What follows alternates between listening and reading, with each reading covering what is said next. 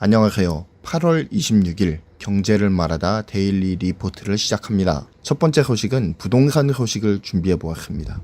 33평 10억 밑으로 내놓지 마세요 라며 집값 띄우기 담합이 성행하고 있다는 신문 기사가 화제가 되고 있습니다. 댓글이 가장 많이 달린 기사로 각종 포털에 게시되기도 했죠. 국토교통부와 경찰청, 금감원은 26일 정부 서울청사에서 합동 브리핑을 통해 부동산 범죄 수사 결과를 발표했습니다. 정부는 국토부를 중심으로 꾸린 부동산 시장 불법행위 대응반을 통해서 지난 2월부터 집값 담합 등 범죄 행위를 수사해 왔습니다.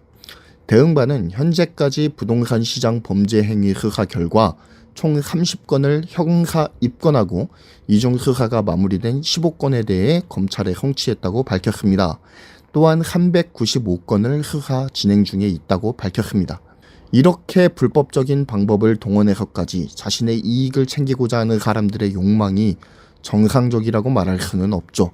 정부는 부동산 시장 거래 질서 교란 행위에 대한 엄정한 단속을 통해서 투명하고 공정한 거래 질서를 확립하고 국민들의 주거 안정을 보장하기 위한 정부 의지의 표현이라고 밝혔습니다. 이러한 불공정 행위에 대해서 정부가 단속하는 것은 올바른 개입이라고 생각합니다. 다만 그렇게 불법적인 방법으로라도 이익을 추구하게끔 만든 정부의 잘못도 작다고 생각하진 않습니다. 오히려 정부는 지금 이러한 현상이 왜 일어났는지에 대한 근본적인 고찰이 더 필요하다는 생각이 듭니다. 과도한 규제가 기형적인 시장 구조를 만들고 있는 것은 아닌지, 그리고 지금 막무가내로 진행되고 있는 부동산 관련 정책들이 과연 집값을 안정시키고 국민 주거의 안정성을 담보할 수 있는 것인지에 대한 근본적인 고민 꼭 필요할 것 같다는 생각이 듭니다. 두 번째는 현대모비스 소식을 준비해 보았습니다. 현대모비스가 충북 충주와 울산 공장에 이어서 국내 세 번째 전기차 부품 공장을 경기도 평택에 짓기로 했습니다. 테슬라에게 내준 흥수 전기차 시장 탈환의 전초기직격입니다. 이 공장에서 내년 하반기부터 연간 15만 대 규모의 전기차 전용 모듈 부품을 양산할 예정입니다. 새로 짓는 평택 공장은 기아차 전기차에 들어갈 부품을 생산한다고 합니다. 현대모비스 평택 공장은 기아차 화성 공장과 불과 13km가 떨어져 있을 뿐입니다. 모비스는 평택 공장에서 전기차 핵심 부품인 모터, 인버터, 감속기 등을 통합한 PE, 즉 파워 일렉트로닉스 모듈과 샤시 모듈 등을 생산할 예정입니다. 이곳에서 전기차의 파워트레인이 완성된다고 하니 매우 중요한 비중을 가진 공장이 될 것이라는 예상을 하기에 충분한 것 같습니다. PE 모듈은 기존 내연기관차의 엔진 역할을 하는 구동 부품입니다. 최근 전기차 수요 증가에 따라서 덩달아 그 수요가 급증하고 있습니다. 현대모비스는 우선 내년 15만 대에 해당하는 생산 능력을 갖추고요. 2026년까지는 최대 30만 대의 전기자동차에 들어갈 PE 모듈을 생산할 수 있는 그런 생산시설을 확충할 계획이라고 밝혔습니다.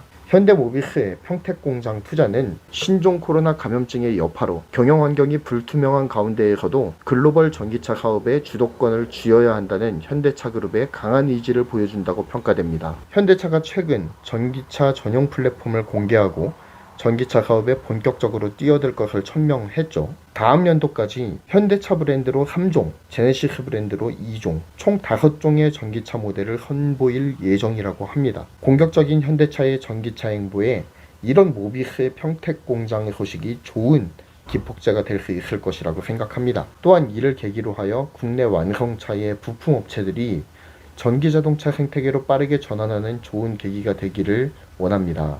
부품업체들이 각종 부품을 전기자동차용으로 전환하거나 아니면 연구개발하는 데에 역량이 부족해서 힘겨워하고 있다는 가슴 아픈 소식들이 들리고 있어서 매우 안타까운데요. 좋은 완성차 업계가 존재해도 부품업계가 이를 뒷받침해주지 못한다면 전체적인 전기자동차 생태계 조성에 어려움을 겪을 수밖에 없습니다.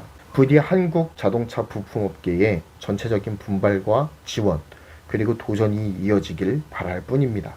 마지막 소식은 3일 연속 LG 디스플레이 소식입니다. 조금은 아픈 소식일 수도 있겠는데요.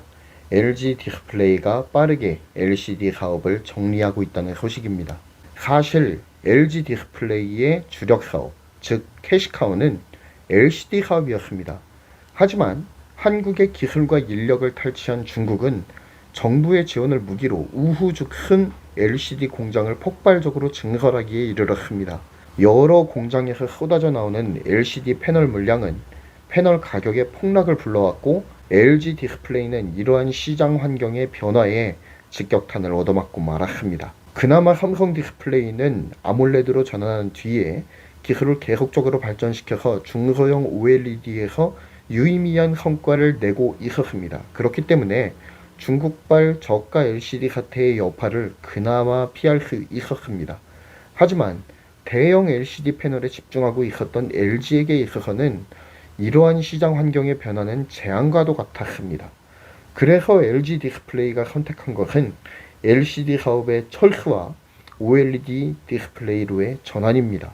중국의 BOE가 OLED 패널을 생산하고 있긴 하지만 수율이 워낙에 그지 같아서 중국에서조차 외면받고 있는 현실이기에 LG 디스플레이의 OLED 사업으로의 전환은 꽤 현명한 선택이었음에 분명합니다. 다만 과거 LG 디스플레이의 영광의 상징이었던 LCD 공장들을 최근 매각을 하고 있어서 가슴이 아픕니다. 26일 이 데일리는 LG 디스플레이가 LCD 사업에서 OLED 사업으로의 체질 개선을 추진 중인 가운데에 앞서 LCD 생산을 중단한 구미 P2, P3 공장과 더불어서 기숙사였던 나래원까지 매각하기로 결정했다고 전했습니다. 이를 통해 LG 디스플레이는 수익 구조를 개편하고 공장 관리를 위한 고정비를 줄일 수가 있는 이점을 챙기게 됐습니다.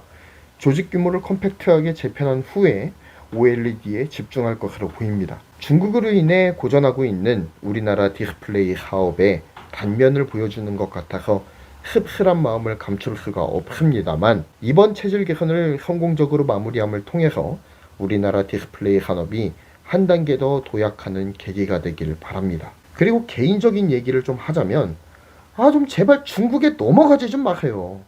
아니 거기서 돈 몇 푼 더 받는다고 해서 여러분 인생 그리 달라지지 않습니다. 오히려 적당히 이용당하고 토사구팽 당할 가능성이 훨씬 더 많죠. 잠깐의 행복을 위해 자신이 평생 쌓아온 노하우를 헐값에 팔아넘기는 우를 제발 좀 범하지 마세요. 당신의 인생은 그들의 기술 탈취에 대가로 주는 임금 따위에 비할 바 없이 아름다운 인생 아니었습니까? 평생을 바쳐온 그 아름다운 인생을 잊지 마시기 바랍니다. 이상 오늘의 경제를 말하다 데일리 리포트를 마무리하겠습니다. 구독, 좋아요, 알림 설정 꼭 부탁드리겠습니다. 감사합니다.